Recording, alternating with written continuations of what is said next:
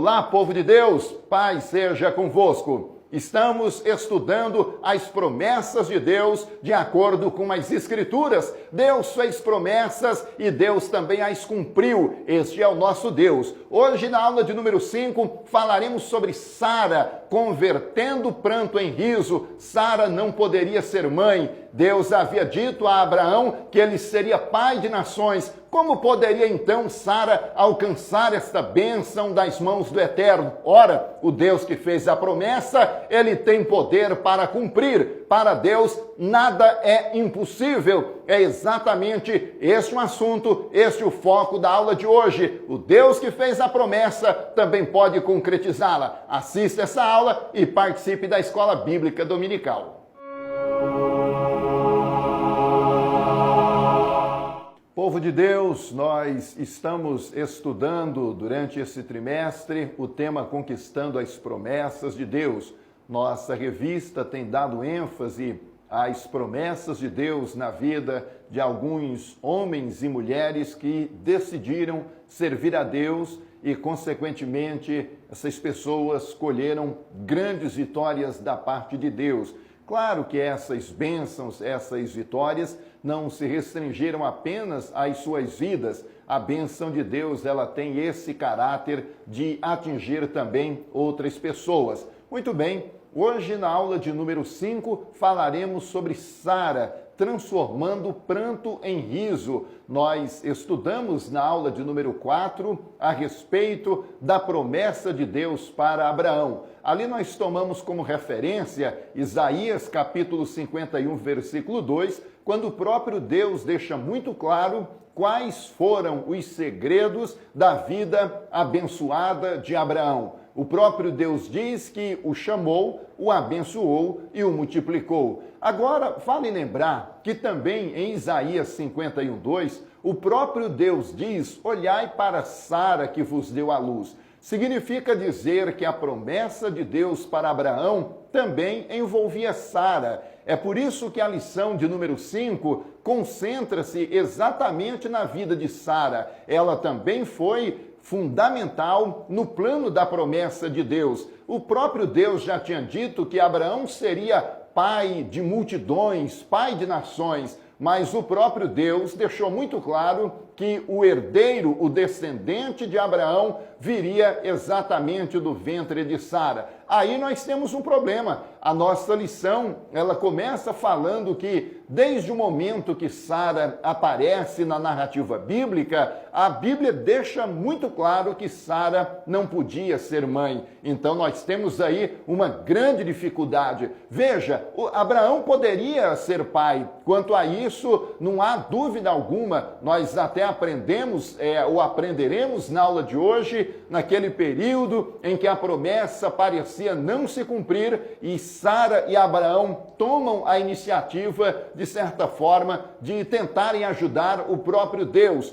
Então nasce Ismael. Agora perceba que essa ideia da esterilidade era um problema ainda na cultura da antiguidade. Nós vamos percebendo que a cultura do antigo Israel valoriza demais a família. Nós vamos percebendo que as crianças também têm um papel importante. Então, nós aprendemos na lição de número 5 que quando um casal tinha um filho, entendia-se que ali estava a bênção de Deus se manifestando. Agora, o oposto também é verdade. Quando algum casal, por alguma razão, não podia ter filhos, isto também se transformava em um terrível embaraço naquele período. Nós vamos percebendo, e a nossa lição, ela pontua isso de maneira muito clara, que nós vamos encontrar mulheres de Deus sofrendo terrivelmente porque não podiam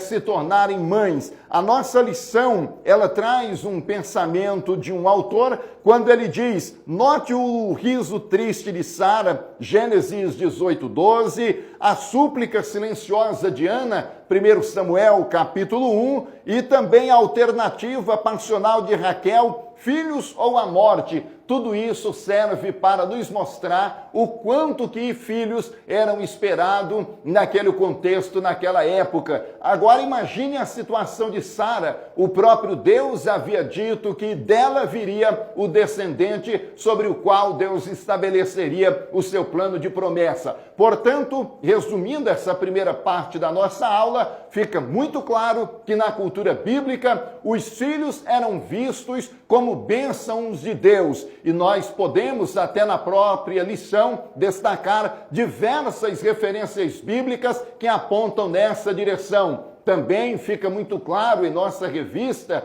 que não ter filhos era certamente um sofrimento terrível para o pai, para a mãe e, no caso de Sara em particular, por conta da extraordinária promessa que Deus fez a ela. Então nós começamos a primeira parte da nossa lição trabalhando exatamente as impossibilidades de Sara. Como poderia Sara se tornar mãe de nações se ela própria não poderia ter filhos? A nossa lição, já concluindo a primeira parte, diz que Sara era uma mulher muito formosa. Nós conferimos isso no capítulo 12, versículo 11, a título de exemplo, porém era estéril. E naquela cultura, principalmente de pessoas que não tinham Deus na antiguidade, era muito comum que uma mulher, embora formosa, não podendo dar luz a filhos para o seu marido, então pudesse até ser trocada. No caso de Abraão, a gente percebe o afeto, o carinho, o amor de Abraão para com Sara. No entanto, ela carregou esse peso, carregou esse fardo de não poder, durante um bom tempo, dar esse filho da promessa a Abraão. Mas nós vamos perceber que para o Deus da Bíblia, nada, absolutamente nada é impossível. Aliás, quando a Bíblia trabalha essa questão das possibilidades de Deus e das impossibilidades humanas, nós podemos perceber que em dois contextos, principalmente no caso de Sara e também lá no início do Novo Testamento, está relacionado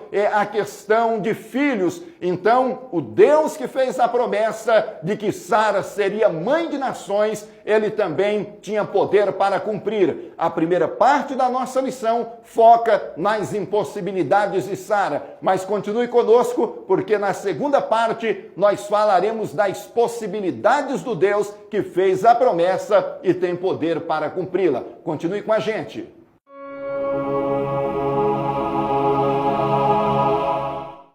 Muito bem, professores e professoras, alunos e alunas, vamos já para a segunda parte da nossa aula. Hoje estamos estudando a aula de número 5, falando sobre Sara, este Deus tremendo que faz promessa e converte pranto em riso. É o que nós percebemos na vida de Sara. Na primeira parte, de maneira bastante panorâmica, nós deixamos muito claro que na cultura do antigo Israel, os filhos eram vistos de maneira muito positiva. Filhos eram bênçãos de Deus. É por essa razão que a Bíblia faz questão de deixar assim muito claro o sofrimento de mulheres que não podiam ter filhos. O caso, por exemplo, de Sara, o caso de Ana, e nós vamos percebendo também o próprio clamor de Raquel quando ela diz: dá-me filho, senão morro. Então havia esse anseio por parte da mulher de ser mãe, também tendo em vista essa visão positiva de que filhos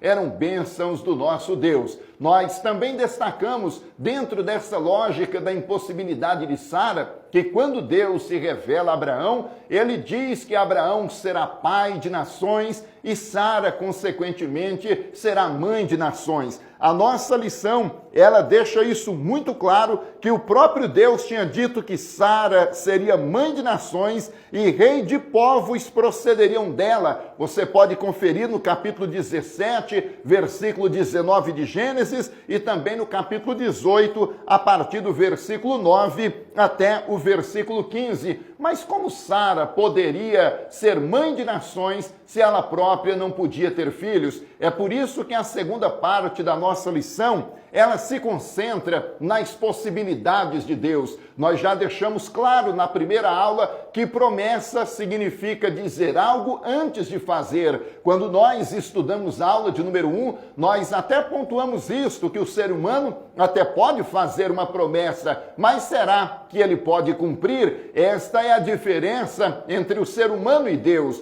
Aquilo que Deus promete, ele também tem poder para cumprir. É por isso também que a nossa lição, ela dá muita ênfase a esse Deus cujo poder é ilimitado, que uma vez fazendo uma promessa, ele pode concretizá-la. Nós começamos a segunda parte da nossa aula destacando exatamente a infalibilidade de Deus. O Deus que faz a promessa, ele está plenamente consciente de que, apesar das impossibilidades humanas, ele então tem poder para trazer à existência aquilo que ele próprio prometeu. Norman Geisler fez uma afirmativa muito interessante que a gente pode aplicar aqui no contexto da promessa. Ele diz que um Deus todo amoroso pode prometer salvação. É verdade, um Deus todo amoroso pode prometer salvação. Geisler, porém, observa que só um Deus todo-poderoso pode realizar o que prometeu. Você percebe que são coisas distintas? Um Deus que ama, ele pode então prometer salvação, mas somente um Deus que tem poder, então poderá cumprir, concretizar essa promessa de salvar o ser humano. No que diz respeito à promessa, a lógica é a mesma. Nós vamos percebendo nas Escrituras, numerosas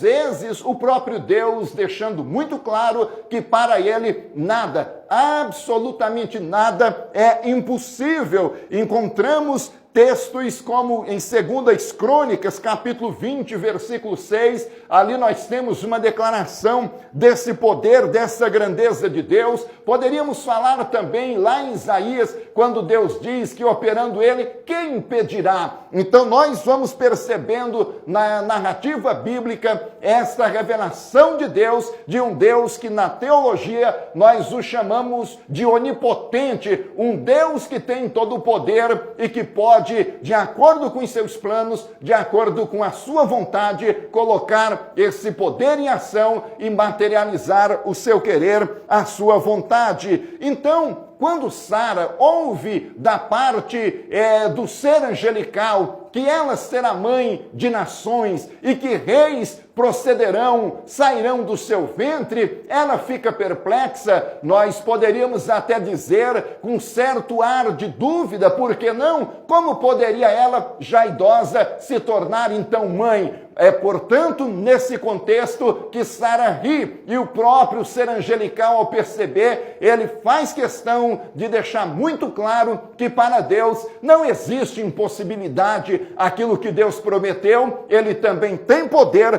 para cumprir. Meu irmão, minha irmã, nós precisamos, já que estamos falando de promessas de Deus, resgatar essa crença, essa convicção, essa confiança de que o nosso Deus, ele ainda realiza milagres extraordinários. Há até quem diga que você pode viver como se nada fosse milagre, ou você pode viver como se tudo fosse milagre. É uma questão de perspectiva, é uma questão de fé. Agora, Deus, ele faz coisas impossíveis se tornarem possíveis. Nós precisamos apenas confiar nesse Deus, acreditar nesse Deus, porque uma vez que ele prometeu, ele também é suficientemente poderoso para cumprir, para trazer à existência aquilo que ele próprio disse. Então, meu irmão, minha irmã, professor, professora, acredite no Deus que fez a promessa, ele tem poder e pode cumpri-las. Continue conosco, na terceira parte falaremos então sobre o cumprimento da promessa de Deus na vida de Sara, na vida de Abraão, na vida de Isaac, na vida de Israel e, consequentemente, em todas as famílias da terra. Fique conosco.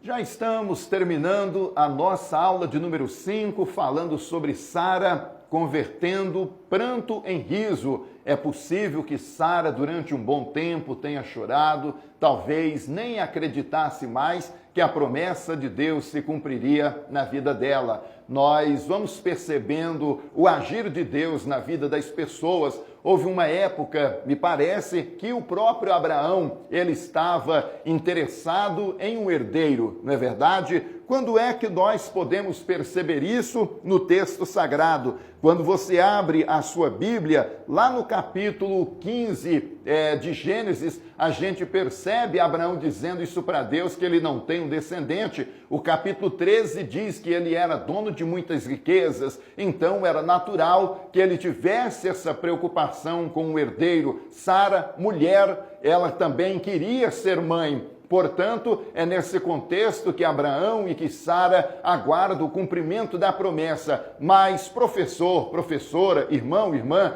Deus tem planos maiores. Os pensamentos de Deus não são os nossos pensamentos, os caminhos de Deus não são os nossos caminhos. O ser humano tem uma visão muito limitada da realidade, eu diria muito limitada até da própria promessa. Agora, Deus enxerga muito além. É por isso que Deus não está preocupado apenas em dar um herdeiro para Abraão. Deus não está preocupado apenas em dar um filho para Sara. Deus está preocupado principalmente com o grande plano de promessa que ele estabeleceu ali a partir de Gênesis capítulo 3, versículo 15 do proto-evangelho, quando Deus então já dá essa mensagem de salvação para a humanidade. Nós precisamos entender que o ser humano ele é tendencioso sim a ter essa visão curta da realidade e nem sempre perceber a grandeza da promessa de Deus. Aliás, quando nós estudarmos a lição sobre José, nós vamos perceber como que José, ele já tem uma visão diferenciada nesse sentido. Ele dirá aos seus irmãos que os irmãos tentaram lhe causar mal, Deus, porém, o converteu em bem,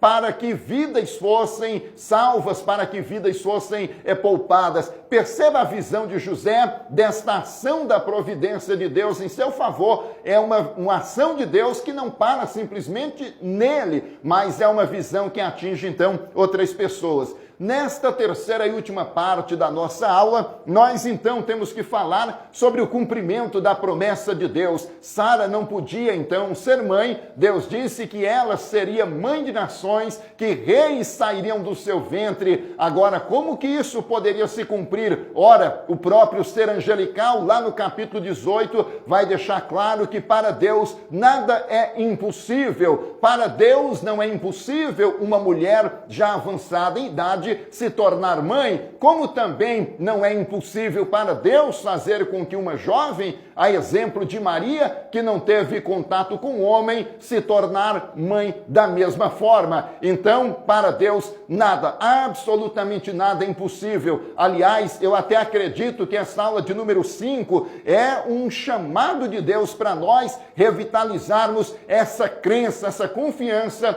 no poder de um Deus que faz milagres. Nós estamos vivendo em uma cultura que ainda trabalha muito esses traços do endeusamento da razão. Nós estamos vivendo um período em que muitas pessoas são racionais demais, então não há abertura para que os milagres de Deus então se manifestem. Professor, professora, irmão, irmã, continuemos crendo nas promessas de Deus. O que ele prometeu, ele pode cumprir. A terceira parte da nossa aula fala que o cumprimento da promessa tinha prazo certo. Esta é uma questão interessante para nós trabalharmos no que diz respeito à promessa. Tem muita gente que acha que Deus fará a promessa hoje e a promessa se cumprirá amanhã. Pessoas que são terrivelmente imediatistas, mas quando nós estudamos as Escrituras, nós vamos perceber que, via de regra, há um tempo certo para que a promessa de Deus se cumpra. A nossa lição, ela vai dizer que há um tempo satisfatório para muitas coisas debaixo do céu. A lição dirá que há tempo de Deus para grandes chuvas, para as colheitas, para o sustento, para Deus julgar e agir. E havia também um tempo determinado por Deus para que a promessa se cumprisse na vida de Sara. Nesse período de espera, nós precisamos então seguir o conselho que nós aprendemos ali com Abraão, Paulo, quando faz uma releitura da confiança de Abraão em Deus, em Romanos capítulo 4, ele diz que Abraão, ele não enfraqueceu na fé, mas ele foi se fortalecendo, dando glória a Deus. Então, como é que se espera o cumprimento da promessa? Crendo em Deus, adorando a Deus, servindo a Deus, porque a promessa é para o tempo determinado. Enquanto a promessa não se cumpre, continue caminhando, crendo nesse Deus tremendo. A nossa lição diz que o cumprimento da promessa foi obra divina. Nós podemos